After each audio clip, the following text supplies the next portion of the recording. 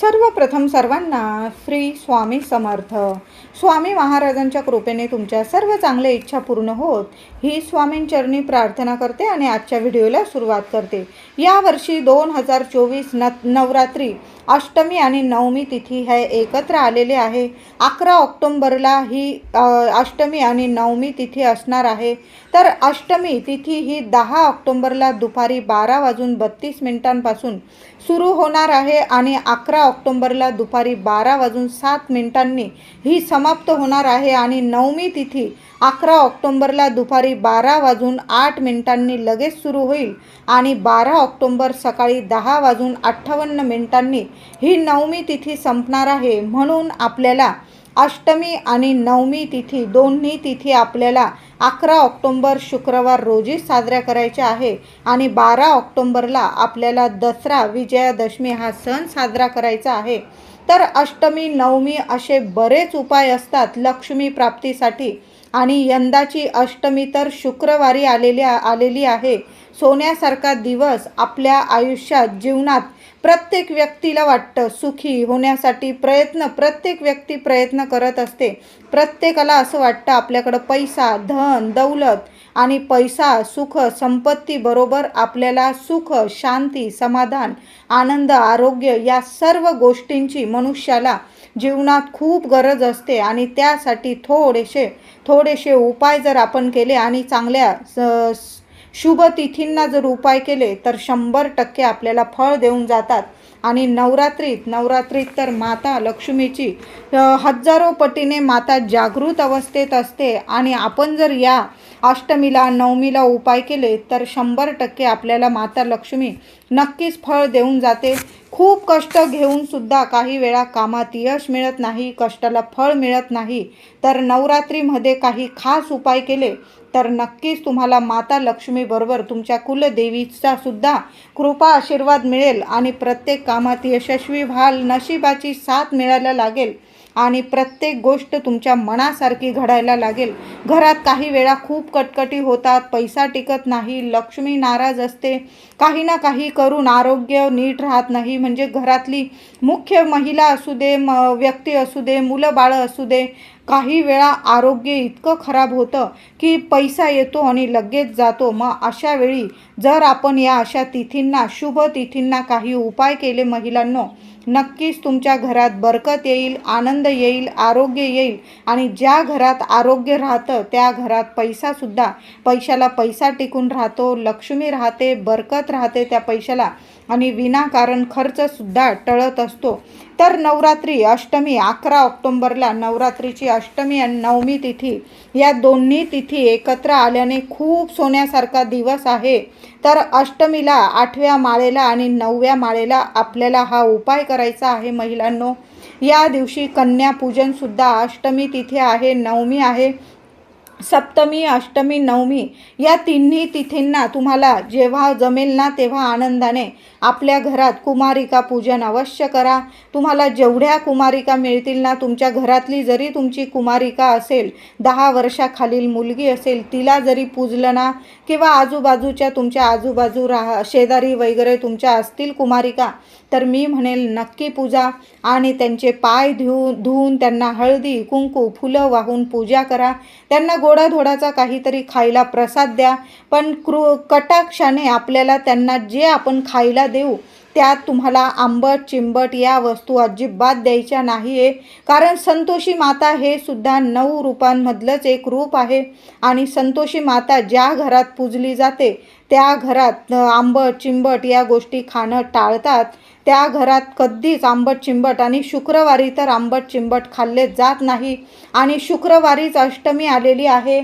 महिलांनो, तुम्ही जर कुमारिका पूजन, कन्यापूजन करत असाल तर चुकून सुद्धा आंबट चिंबट, चिंच, टमाटा अशा गोष्टी, आमचूर पावडर, काही लोक खरंच महिला काही वेळा काळे चणे वगैरे ब्राऊन कलरचे चणे मुलांना उकडवून वगैरे प्रसाद म्हणून करतात. त्यात ह्या गोष्टी आंबा पावडर, आमचूर पावडर अशा गोष्टी टाकून तो प्रसाद, चटपटीत प्रसाद तयार करतात. तर चुकून सुद्धा महिलांनो, आपल्याला वाटतं आपल्या प्रसादाने मुलं खुश व्हावी, पण यावर्षी चूक करू नका. अष्टमी आणि नवमी तिथी ही शुक्रवारी आलेली आहे आणि शुक्रवार हा संतोषी मातेचा हा वार असतो, प्रिय वार आहे. म्हणून या दिवशी चुकून सुद्धा टमाटा, लिंबू, आमचूर पावडर म्हणजे अशा आंबट चिंबट वस्तूंचा उपयोग आपण प्रसाद बनवताना करू नका. मग बाकी तुम्ही गोड खीर तांदळाची खीर किंवा रव्याचा शिरा म्हणजे तुम्हाला जो प्रसाद द्यायचा ना मुलींना तुम्ही देऊ शकता. मुलींबरोबर तुम्हाला एखादा मुलगा मिळाला तर मुंज म्हणून त्याला सुद्धा पूजायचं आहे आणि नाहीच मिळालं तर एक कन्या, एक कुमारिका पूजली, घरातली किंवा बाहेरची तरीही चालेल. मुलींना, कुमारिकांना घरी पाठवताना त्यांचा आधी मान सन्मान करून त्यांना एक पानाचा विडासुद्धा बरोबर द्यायचा आहे. भेटवस्तू द्या, साज शृंगाराच्या भेटवस्तू द्या आणि त्यात एक पानाचा विडा द्या आणि शेवटी बरोबर जाताना त्यांना मुठभर तांदूळ द्यायचे आहे. आपल्या घरात धनधान्याला कधीही कमी पडत नाही आणि त्यातूनच उरलेले तांदूळ आपल्या डब्यात, मुख्य डब्यात टाकून द्यायचे आहे. महिलांनो, खूप छान सेवा आहे ही सुद्धा. तुमच्या घरात धनधान्याला कमी उरणार नाही. काहीतरी छान भेटवस्तू द्या मुलींना, कन्यांना. मुली खुश झाल्या पाहिजे असं आपल्याला कुमारिका पूजन करायचं आहे आणि मुलींना पानाचा विडा आणि मुठभर तांदूळ द्यायला विसरू नका. त्याचबरोबर आता शुक्रवार आणि अष्टमी खूप छान सोन्यासारखा उपाय सांगत आहे महिलांनो. सकाळी करा, संध्याकाळी करा, हा उपाय नक्की करा. 100% फळ देऊन जाणारा उपाय आहे. काय करायचं आहे तुम्हाला? 11 किंवा 21 पिवळ्या कवड्या घ्यायच्या आहे. कवड्या जुन्या असल्या तुमच्या पारंपरिक त्यासुद्धा तुम्ही या उपायासाठी वापरू शकता किंवा नवीन कवड्या आणल्या तुम्ही, नवरात्र चालू आहे, सोन्यासारखे दिवस आहे, नवीन कवड्या आणल्या तरी चालेल. पण घरात असतील तर माता लक्ष्मीसमोर तुम्ही नेहमी पूजत असाल त्याच कवड्या घेतल्या तरी चालेल. तर कवड्या घ्यायच्या आहे. 11 किंवा 21 कवड्या घ्या आणि त्या कवड्या केशर आणि हळदीचं थोडंसं पाणी करायचं आहे. त्यात थोडीशी केशर टाका. त्या पाण्याने स्वच्छ कवड्या धुवून घ्यायच्या आहे, पुसून घ्यायच्या आहे आणि एका वाटीत थोडेसे तांदूळ ठेवायचे. त्या वाटीत त्या तांदळावर कवड्या नीट ठेवायच्या आहे 11 किंवा 21 आणि त्या कवड्या तुम्हाला माता लक्ष्मी जवळ ठेवायच्या आहे. आधी स्वतःला कपाळी हळदी कुंकू लावा, माता लक्ष्मीला हळदी कुंकू लाल फुलं अर्पण करा. नंतर पिवळ्या कवड्यांची हळद मिश्रित पाण्याने धुतलेल्या, केशर मिश्रित पाण्याने धुतलेल्या कवड्यांना तुम्हाला हळदी कुंकू अक्षता फुलं वाहायची आहे आणि आपल्याला छान अशी नवार्णव मंत्राची सेवा करायची आहे आणि महालक्ष्मी अष्टकाची सेवा करायची आहे. किमान तुम्हाला 11 माळी तरी नवार्णव मंत्राच्या 11 माळी जपायच्या आहे आणि महालक्ष्मी अष्टकाचा 16 वेळा पाठ करायचा आहे. खूप सुंदर सेवा आहे. अनुभव आल्याशिवाय राहणार नाही महिलांनो. किमान थोडाच वेळ लागेल तुम्हाला, काही नाही, अर्धा तासाच्या आत तुमची सेवा होऊन जाईल. महालक्ष्मी अष्टक 2 मिनिटांचंच आहे. तुम्हाला किमान 16 वेळा तरी पठण करायचं आहे. नाहीच जमलं, मुलं बाळं आहे, किमान 8 वेळा तरी तुम्हाला पठण करायचं आहे आणि नवार्णव मंत्राची तर तुम्हाला 11 माळी जप करायचा आहे. महालक्ष्मी समोर या कवड्या ठेवून तुम्हाला या 2 सेवा, नवार्णव मंत्र 11 वेळा आणि 16 वेळा महालक्ष्मी अष्टकाचा पाठ नक्की करा. वर्षभर तुम्हाला या सेवेचं फळ मिळत राहील. कुठून ना कुठून पैसा, सुख, शांती, आनंद, आरोग्य तुमच्या घरात येत राहील. कशाला कमी पडणार नाही. अष्टरूपी महालक्ष्मी माता तुमच्यावर खूप खूप प्रसन्न होईल आणि त्याबरोबर तुमची कुलदेवी, कुलस्वामिनीचा आशीर्वाद वर्षभर अखंड तुमच्याबरोबर राहील. त्या कवड्या तुम्हाला दसऱ्यापर्यंत ह्या 2 सेवा करायच्या आणि तुम्हाला त्या कवड्या तिथंच ठेवायच्या आहे. हलवू नका. दसऱ्यापर्यंत त्यांना रोज हळदी कुंकू व्हायचे, फुलं व्हायचे आहे आणि माता लक्ष्मी जवळून कवड्या कधी उचलायच्या तर दसऱ्याला जेव्हा आपण घट हलवणार तेव्हा त्या कवड्या उचलून घ्यायच्या आहे सकाळीच दसऱ्याच्या दिवशी आणि एक लाल कपडा छोटासा घ्यायचा आणि त्या कवड्या त्या लाल कपड्यात बांधून घ्यायच्या आहे आणि तिजोरीत ठेवायच्या आहे किंवा तुम्ही मुख्य दारावर जरी बांधून दिल्या तरी पण सोन्याचे दिवस तुम्हाला येणार आहे. महिलांनी ही सेवा करायची आहे आणि कवड्या बांधताना पुरुष दादांनी वरती मुख्य दारावर किंवा महिलांनीच बांधल्या तरीही चालेल. लगेच तुम्हाला 24 तासाच्या आत तुम्ही ही सेवा करून तर बघा. 11 किंवा 21 कवड्यांची माता लक्ष्मी प्राप्तीसाठी ही सेवा खूप सोन्यासारखी आहे. नक्कीच तुमचे दिवस पालटतील, सोन्याचे दिवस आल्याशिवाय राहणार नाही. माता लक्ष्मीची खूप खूप कृपा होईल. महिलांनो, नक्की नक्की ही सेवा करा. 11 किंवा 21 कवड्यांची ही सेवा तुम्हाला फळ नक्की देऊन जाईल, 100% फळ देऊन जाईल. नवरात्रीची अष्टमी आणि नवमी तिथी एकत्र आलेली आहे. आता तुम्ही घरात अष्टमीला किंवा सप्तमीला होम करत असाल किंवा तुम्ही बाहेर मंदिरात जरी हा उपाय केला तरीही चालेल. मंदिरात, मंडळात देवी जिथं बसलेली असतात तिथं प्रत्येक ठिकाणी होम हवन हे अष्टमी तिथीला केलंच जातं. तुम्ही घरी जरी होम हवन करत असाल, अगदी साध्या सोप्या पद्धतीने तुम्ही ताम्हणात किंवा होम पात्र तुम्हाला असेल तुमच्याकडं, तुम्ही त्यातसुद्धा होम करू शकता. शेणाच्या गौरीवर कापूर आणि तूप असा होम आपल्याला घरच्या घरी अगदी शास्त्रशुद्ध पद्धतीने करता येतो. 5 फळं आजूबाजू ठेवायची, त्यात 1 लिंबू अवश्य ठेवा होमाजवळ, विड्याची पानं आणि 5 फळं ठेवून आपल्याला अगदी साध्या सोप्या पद्धतीने होम करता येतो. होम सामग्री तुम्हाला अवश्य बाहेर मिळून जाईल, बाजारात, दुकानात. आणि त्या होमाच्या सामग्रीत जर काळी तीळ नसेल तर तुम्ही घरातून थोडीशी काळी तीळ त्या होमाच्या सामग्रीत महिलांनो अवश्य त्यात मिसळून द्या. आणि त्या होमामध्ये ती थोडी का होईना काळी तीळ आपल्याला टाकायची आहे. यामुळे कितीही ग्रह दोष असू दे, घरात किटकिट असू दे, लक्ष्मी टिकत नसेल किंवा कोणाची इडापिडा असेल, नजरबाधा असेल, शत्रुपीडा असेल, घरात विनाकारण प्रगती थांबत असेल, काही ना काही कारणास्तव तुमच्या घरात येणारा पैसा थांबत असेल, पैशाला पैसा टिकत नसेल, बरकत येत नसेल, लक्ष्मी माता रुसलेली असेल, तर होमात थोडीशी काळी तीळ टाका आणि मग बघा काय काय चमत्कार होत आहे. सर्व शत्रू असतील, नजरबाधा असेल तिथेच नष्ट होईल. आता आपण घरात होम करा किंवा मंदिरात एकदम छान उपाय सांगत आहे. कितीही जीवनात तुम्हाला अडचणी असू दे, दुःख असू दे, त्रास असू दे, बाधा असू दे बाहेरची, देवी आई नक्कीच तुम्हाला सोन्याचे दिवस आणेल. तर तुम्ही घरात होम करा किंवा मंदिरात, बाहेर मंडळात जाऊन प्रत्येक ठिकाणी होम हवन केलंच जातं. नवरात्रीच्या अष्टमीला खूप छान उपाय आहे. 1 नारळ घ्यायचा आहे, छोटा घ्या, मोठा घ्या, शेंडीचा चांगला नारळ बघून घ्यायचा आहे. आणि होमात आधी हातात नारळ पकडायचा. तुम्ही घरात होम करा किंवा बाहेर मंदिरात जाऊन हा उपाय सेवा म्हणेल मी, सेवा केली तरीही चालेल. तर काय करायचं, आधी होम केल्यानंतर सर्व सामग्री किंवा सर्व शास्त्रशुद्ध पद्धतीने होम केल्यानंतर तुम्हाला हा उपाय करायचा आहे. हातात नारळ पकडायचा, वरती शेंडी आली पाहिजे अशा पद्धतीने दोन्ही हातात नारळ पकडायचा. तुमची जी इच्छा असेल, जी समस्या असेल, तुमच्या कुलदेवीचं नाव घेऊन हा उपाय, ही सेवा करायची आहे. कुलदेवी आईला प्रार्थना करायची, आई मी 9 दिवस तुझी अशी अशी साध्या सोप्या पद्धतीने मनापासून, हृदयापासून सेवा करत आहे. हे श्रीफळ मी तुला आज होमामध्ये अर्पण करत आहे. माझ्या जीवनात ज्या काही समस्या असेल, संकट असेल, इथंच नष्ट होऊ दे आणि माझ्या घरात सुख, शांती, लक्ष्मी टिकून राहू दे, पैसा येऊ दे, पैशाबरोबर आमच्या घरात आरोग्य, धन, संपदा, समृद्धी सर्व काही येऊ दे, माझ्या मुलाबाळांची प्रगती होऊ दे, असं बोलून महिला असू दे किंवा पुरुष दादा असू दे, त्यांनी होमामध्ये 1 नारळ अर्पण करायचा आहे.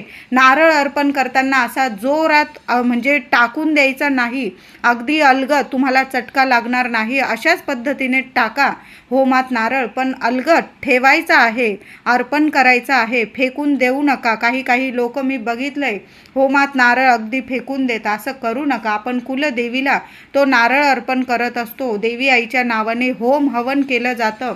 तर होम हवन का करतात, तर जी काही बाधा असते, नकारात्मकता असते, आजूबाजू या जगात जी वाईट शक्ती असते त्या शक्तीचा नाश हो म्हणून हा नवरात्रीत होम हवन केलं जातं. आणि त्याला जर तुम्ही 1 श्रीफळ दिलं, पाण्याचं चांगलं श्रीफळ बघून आणा आणि ते श्रीफळ जर अर्पण केलं तर सर्व बाधा प्रशमन होतात, म्हणजे नष्ट होतात आणि देवी आई प्रसन्न होते. जी काही तुमच्या आजूबाजू निगेटिव्हिटी असेल, नकारात्मकता, शत्रुपीडा असेल, कोणी विनाकारण त्रास देत असेल, तर मी म्हणेल सर्वांनी एक नारळ अष्टमीला होमात अवश्य द्यायचं आहे. महिला असो पुरुष असो सर्वांनी घरातील एका कर्त्या व्यक्तीने होमात नारळ अर्पण करायचा आहे. महिलांना 4 दिवस वगैरे असेल तर नका हा उपाय करू, पुरुष दादांनी केला तरी चालेल. घरातल्या फक्त एका व्यक्तीने एक नारळ आपल्या घराकडून संपूर्ण कुटुंबाकडून आपला एक नारळ होमात हा गेलाच पाहिजे. म्हणून घरात होमात एक नारळ अर्पण करा किंवा मंडळात मंदिरात कुठंही तुम्हाला होम असेल तिथं तुम्ही आधी होमाला नमस्कार करा, हळदी कुंकू व्हा, आपल्या कुलदेवीचं कुलस्वामिनीला नमस्कार करा, प्रार्थना करा. जी काही इडापिडा संकट असेल देवी आईला प्रार्थना करून सांगा आणि होमात एक नारळ अर्पण करायचा आहे. खूप छान सेवा आहे. नक्कीच मी सांगते सोन्याचे दिवस आल्याशिवाय राहणार नाही. तर अष्टमी तिथी 11 ऑक्टोंबरला ही 11 ऑक्टोंबरला अष्टमी आणि नवमी तिथे आलेली आहे. अष्टमी तिथी 10 ऑक्टोंबरला दुपारी 12:32 सुरू होईल आणि 11 ऑक्टोंबरला 12:07 समाप्त होणार आहे. पण उदय तिथीनुसार आपल्याला अष्टमी आणि नवमी ही एकत्र साजरी करायची आहे. तर 11 ऑक्टोंबरला अष्टमी आणि नवमी साजरी करायची आहे. ह्या तिथी दोन्ही एकत्र आलेले आहे. आता बऱ्याच महिला पुरुष दादा हा बसता उठ्ठा उपवास करतात, तर अष्टमीला धरतात आणि नवमीला सोडतात. काही जण 9 दिवस उपवास करतात. अशा पद्धतीने तुम्ही उपवास करत असाल तर पहिल्यांदा सांगते, उठ्ठा बसता ज्यांचे उपवास आहे, जे लोक अष्टमी किंवा नवमीला उपवास धरतात आणि तो उपवास केव्हा सोडायचा, तर तुम्ही नवमीची तिथी ही 12 ऑक्टोंबरला सकाळी 10:58 संपणार आहे. म्हणून तुम्हाला नवमीचा उपवास ज्यांनी उठ्ठा बसता उपवास केलेले आहे त्यांच्यासाठी सांगत आहे. 12 ऑक्टोंबरला दसऱ्याच्या दिवशी सकाळी 10:58 आत तुम्हाला उपवास सोडायचा आहे. म्हणजे 10 वाजता तुम्ही काहीतरी खाऊन घ्या, म्हणजे नीट वरण भात भाजी पोळी किंवा तुम्ही जे जेवणावर ज्या प्रसादावर उपवास सोडणार असाल, देवी आईचा जो प्रसाद असेल तो खाऊन उपवास सोडला तरीही चालेल.